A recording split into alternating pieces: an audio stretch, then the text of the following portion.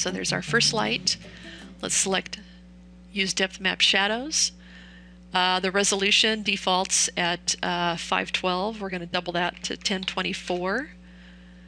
If we get up much higher than that, I mean, of course, you can keep cranking this up to 4K or 8K. This slows down your renders considerably. We don't really need that much resolution here because we are pushed in pretty tight with our light camera. The filter size, I'm just going to double it to 2, and the rest I am going to leave alone for right now.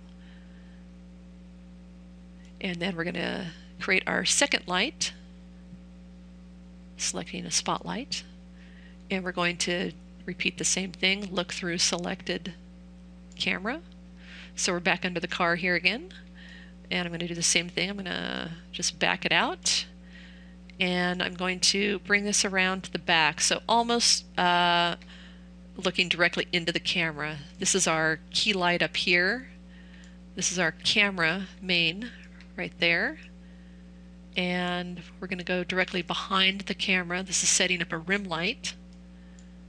And again, I don't want those long shadows on there, so I'm going to kind of come up to here to the top. A little bit like that. We'll have a little bit of a shadow coming out here. Let's go ahead and set it up a little bit off, just so we're not directly into the camera like that.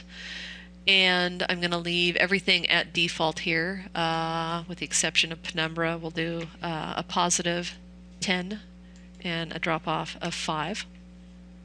That should work pretty well. And selecting Use Depth Map Shadows,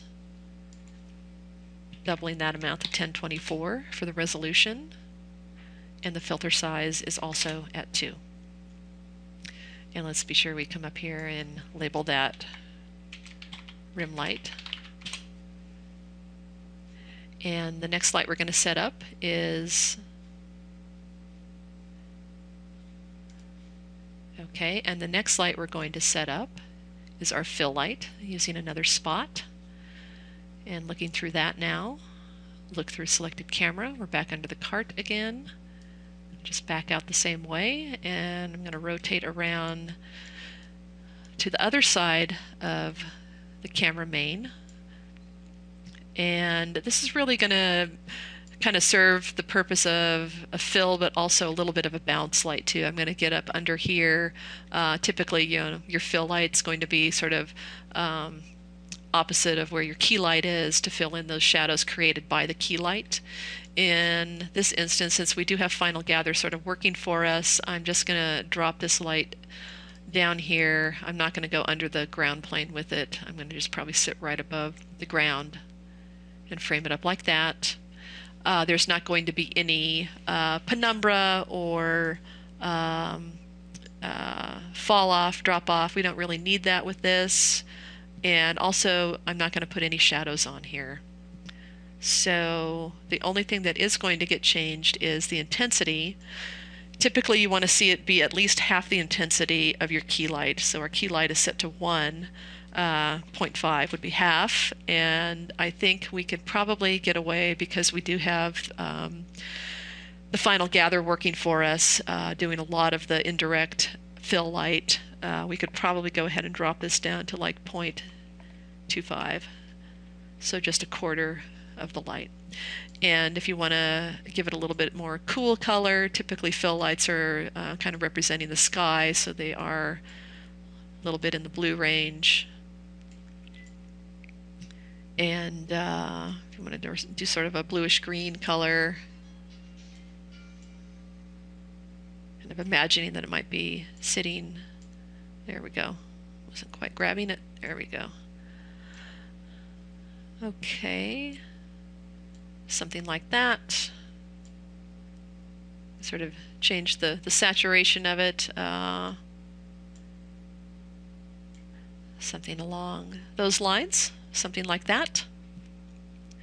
Okay, and then I'm going to come back out to my perspective view, and just sort of backing up here. Let's take a look at what we have. This is the fill light down here.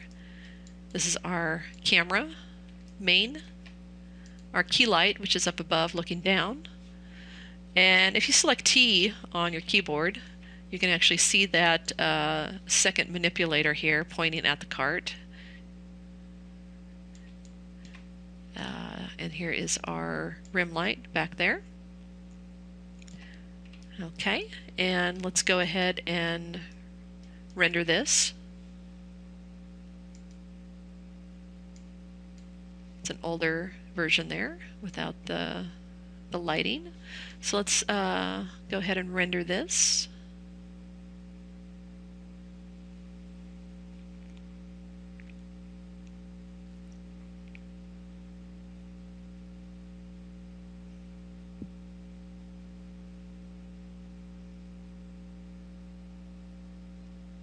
Okay, so the shadows are not looking great yet. They need a little bit of attention to them. And we're also seeing our key light is casting a shadow. This is the canopy back here, this very dark shadow back here that does not look very nice. I think what we might have to do, this is a little bit more advanced than I wanted to do for this setup, but we do have kind of a situation here where we're probably going to have to do light linking. Light linking is sort of a relationship manager where you say this key light only lights the cart but not the canopy, and then we duplicate that light and create a second key light, and that does the reverse. It only lights the canopy and not the cart, and we can shut the shadows off on that canopy, and that way we will avoid having this shadow back here.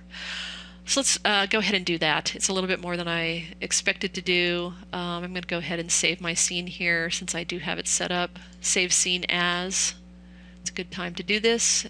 I'm going to call it golf cart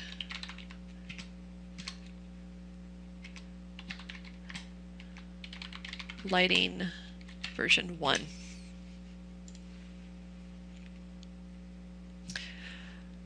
Okay, so coming under Windows, Relationship Editors, second one to the bottom is light linking. This is a little bit more advanced. We're going to use light centric, so we will see our lights here on the left.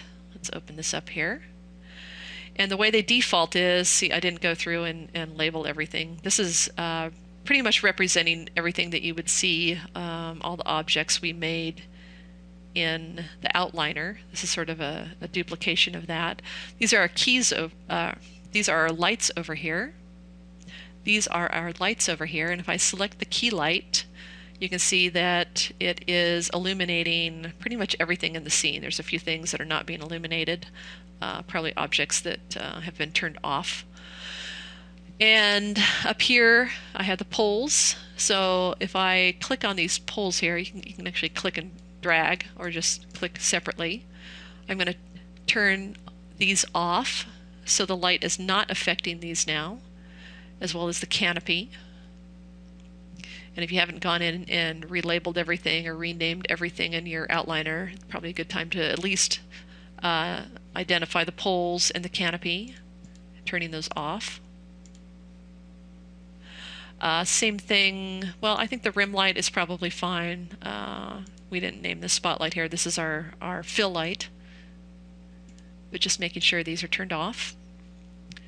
And now that we have that, we're going to duplicate our key light. Control D will duplicate it. You can see that it's got double the intensity now there. We'll go back into our light linking, and we're going to see a second key light down here, key light 1. This is the first one we made, and we're going to do just the opposite. We're going to leave the poles and the canopy on and turn everything else off. So you can click and drag to shut everything off. The wood planks are going off. Anything else in here that might be selected. Scroll down and just deselect everything else. Looks like those got shut off too. When I shut the materials off, the objects went off as well. So all we want on for this second key light that we duplicated is the poles and the canopy. Okay, let's close that. Back down here, and under that second key light, which is what's selected right now, we can turn the depth map shadow off, and that way it's not going to cast a shadow. Okay, and let's go ahead and try rendering that. Let's save this, do a comparison. This is save and this will delete. This is just saving it into a buffer here, and you'll be able to kind of drag this back here and flip back and forth between what was previously rendered and the current render.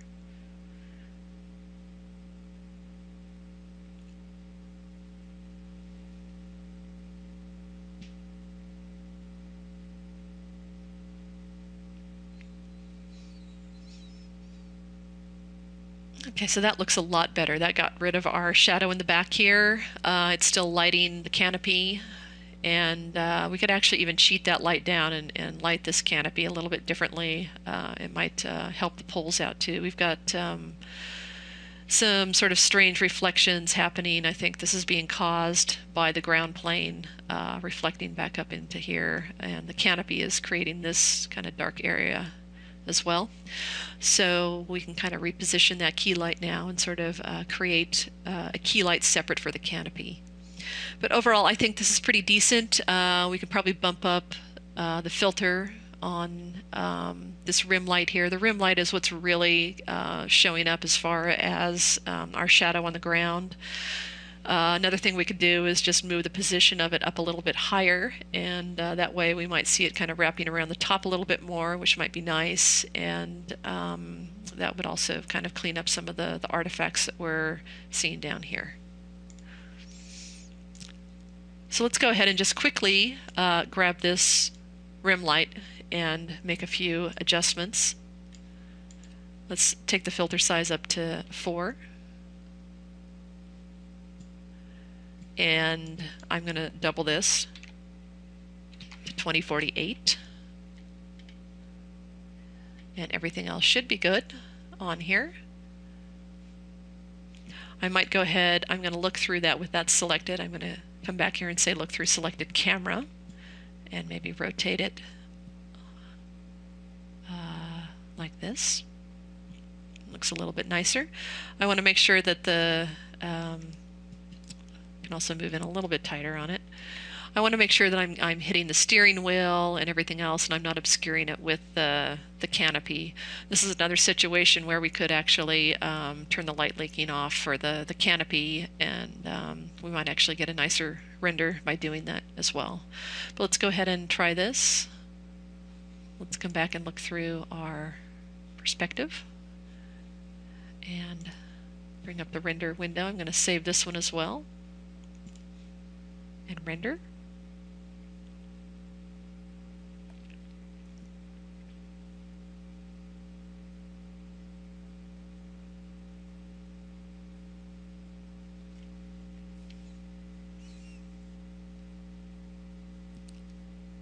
And that's starting to look a little bit better.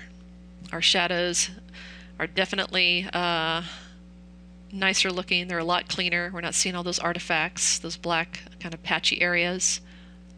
And we're catching a little bit of light coming around here, as well as on the top of the seat. This is all being kind of caused by the rim light, which is really what the rim light does. It's just to separate any objects from the background just a little bit. Okay, I think that's good. Let's go ahead and save the scene again.